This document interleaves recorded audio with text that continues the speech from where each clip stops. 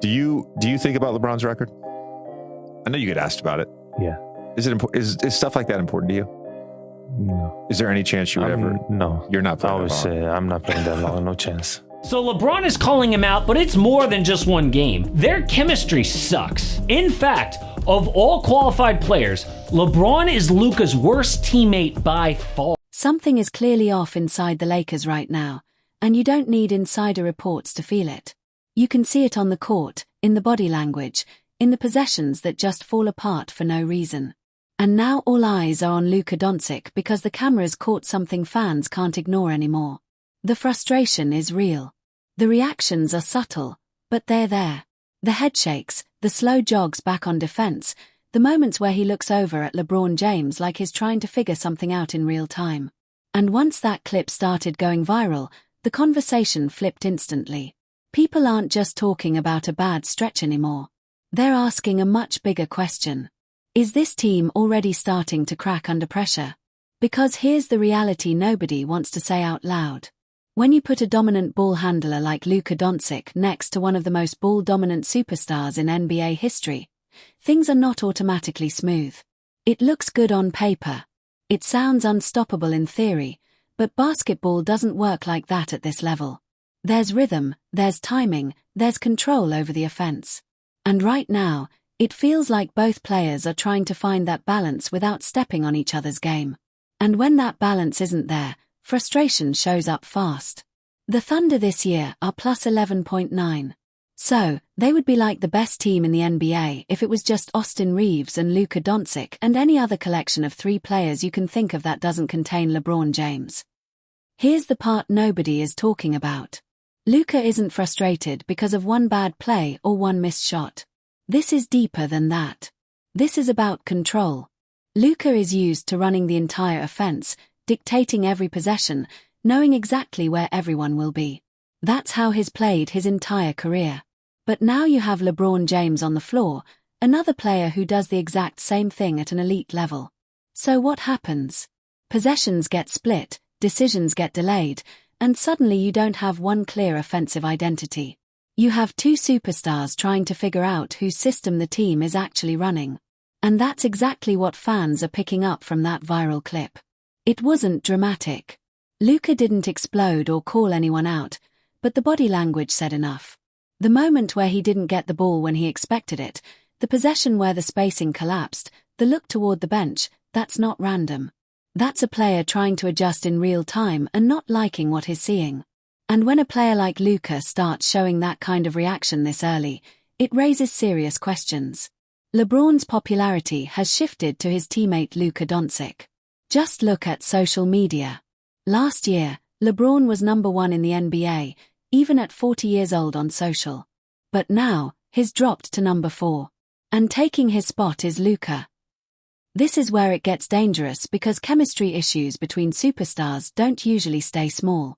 They either get solved quickly or they grow into something that affects the entire locker room. And the Lakers are not in a position where they can afford internal tension. Not with the expectations they have. Not with the spotlight they're under every single night. When you have two players of this caliber, the pressure isn't just to win. It's to dominate. And when that doesn't happen, every little moment gets magnified.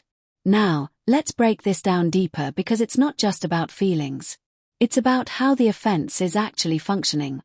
When Luka has the ball, he thrives in pick and roll, controlling pace, forcing defenses to collapse, and then making the right read. When LeBron has the ball, it's a similar story. High IQ, reading defenses, creating mismatches, finding open shooters. But when both are on the court, the question becomes simple. Who initiates? Who controls tempo? Who gets the final decision? And right now, it doesn't look fully defined. With LeBron and Luka or LeBron and Austin, they're around -5 with both of those pairs. So, a full 10-point swing. It doesn't matter which way you want to cut it. LeBron is the odd one out of the three. It's not like, oh, they just don't mesh all three. No, LeBron is making this team worse. You can see it in the numbers, too. When Luka is fully in rhythm, his assist numbers spike, his efficiency climbs, and the team flows through him. When that rhythm gets disrupted, even slightly, everything slows down. Same goes for LeBron. And when both players are trying to adjust to each other, you end up with possessions where neither one is fully comfortable. That's when you get those awkward plays, those late clock situations, those forced shots that shouldn't happen with this level of talent. This is where young players usually make a mistake. They think talent alone fixes chemistry. It doesn't. Talent creates potential, but chemistry creates results. And Luka, even though he's a superstar, is still learning how to navigate playing alongside another all-time great. This isn't Dallas anymore, where everything runs through him. This is a different environment, a different expectation, and a completely different dynamic. And if that adjustment doesn't happen quickly, frustration becomes the default reaction. But let's not act like this is only on Luka. LeBron's role in this matters just as much. He's been the primary decision-maker for most of his career. He's used to controlling every aspect of the game, and now he has to share that responsibility with someone who plays a very similar style. That's not easy, even for a player with his experience, even for someone with his basketball IQ. Because at the end of the day, instincts take over. And sometimes those instincts can clash instead of complement. This isn't just about Luka and LeBron. It's about the entire team trying to figure out where they fit around them. Role players depend on consistency. They need to know where their shots are coming from, when they're supposed to cut, when to space the floor. But if the offense keeps shifting between two different styles, it becomes harder for everyone else to stay locked in, and that's when the whole system starts to look disjointed, and fans are already noticing it. The spacing doesn't always look clean. The timing feels off. There are moments where players hesitate instead of reacting instantly. That hesitation is everything at this level. 1 second of uncertainty can turn a great possession into a broken one. And when you're trying to compete at the highest level, those small breakdowns add up fast. The moment fans sense tension between two superstars, it becomes the story. Every game gets analyzed through that lens. Every missed pass, every turnover, every loss gets tied back to chemistry. And if the team doesn't respond quickly, that narrative becomes reality in the public eye, whether it's fully true or not. Now, let's zoom out and look at the bigger picture.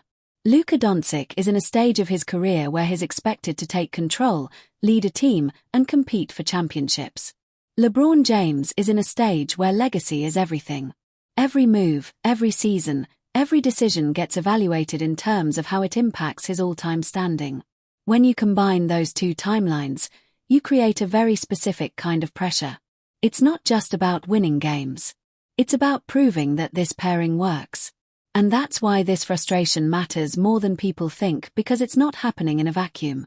It's happening under the brightest spotlight in basketball. Every reaction is being watched. Every moment is being replayed. And if Luka is already showing signs of discomfort, fans are going to ask how this looks in a playoff series, because that's where things get real. That's where chemistry gets tested the most. Luka's frustration could actually be a good thing if handled the right way. It shows he cares. It shows he's engaged. It shows he's trying to figure out how to make this work at the highest level. But if that frustration turns into visible disconnect, if it starts affecting effort or communication, then it becomes a problem. And that's the line the Lakers have to manage right now. This is where young players usually make a mistake. They let frustration turn into isolation. They stop communicating. They start playing more individually. They try to force their way back into rhythm instead of trusting the system. And if Luka goes down that path even slightly, it will only make things harder for the team as a whole. At the same time, LeBron has to adjust too. This can't just be Luka figuring things out. This has to be a mutual shift. There has to be a clear understanding of roles, especially in clutch moments.